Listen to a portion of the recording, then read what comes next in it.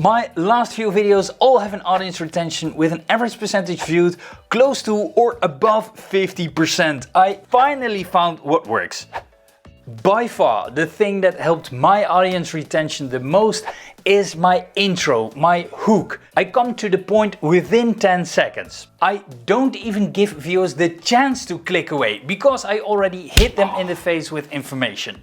And it sounds super obvious, but when viewers can't get through that intro of yours, they never have the chance to see the actual meat of the video. That is a viewer lost forever and a potential subscriber lost forever. Start with a strong and compelling hook. The hook of this video was 1 sentence long. My last few videos all have an audience retention with an average percentage views close to or above 50%. I finally found what works.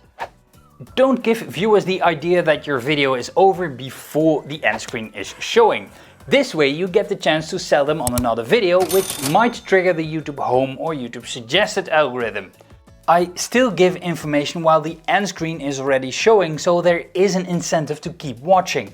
The end screen is 20 seconds long and I take that into account when editing, but you don't need to use all 20 seconds because also the end screen is an indication to viewers that your video is over.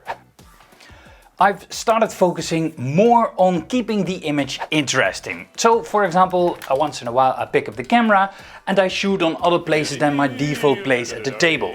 And something super simple like a different camera angle is really easy to implement. YouTube is a visual platform, so there needs to be things changing in the image all the time. And especially talking head videos like an informational video like this one can get quite boring. Use more B-roll than is fun to edit. A-roll is the talking head like this, and B-roll is everything that you put over the A-roll to make more clear what is going on like this. And on my DJ channel I also started producing videos with more B-roll than actual A-roll, and although the results are fun to see, well, the 2 extra days it takes to edit, not so much. Use a lot of jump cuts, and when you use a beautiful photo like this one, or you use talking head footage, use the Ken Burns zoom in effect.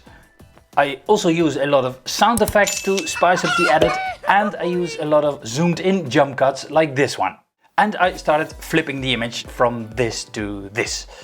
And you can do all these things in your video editing software.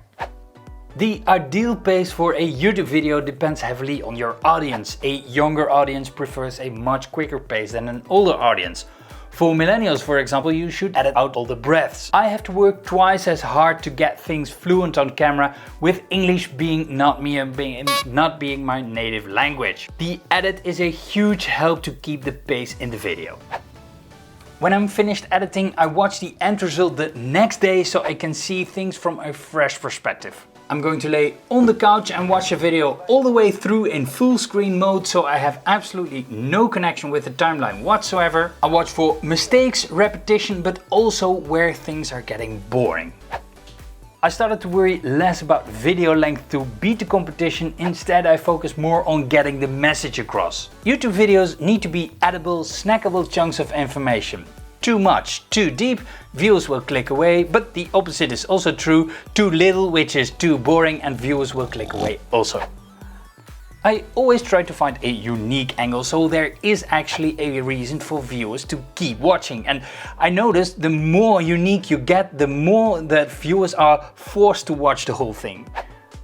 A proper story arc with a begin, middle and an end keeps viewers watching longer. Especially for vlogs, storytelling is crucial. For an informational video like this one, the story can get quite flat. The beginning needs to be quick and the end needs to be quick, like I told you. But a top 10, for example, is a form of storytelling structure that keeps viewers hooked. My video about keyword tools had a typical storytelling structure. First, I lay out the problem, then I go and investigate what the cause of the problem is, and then I resolve the problem with my own keyword tool. If you haven't watched the video, I highly recommend to check it out. The link is in the description.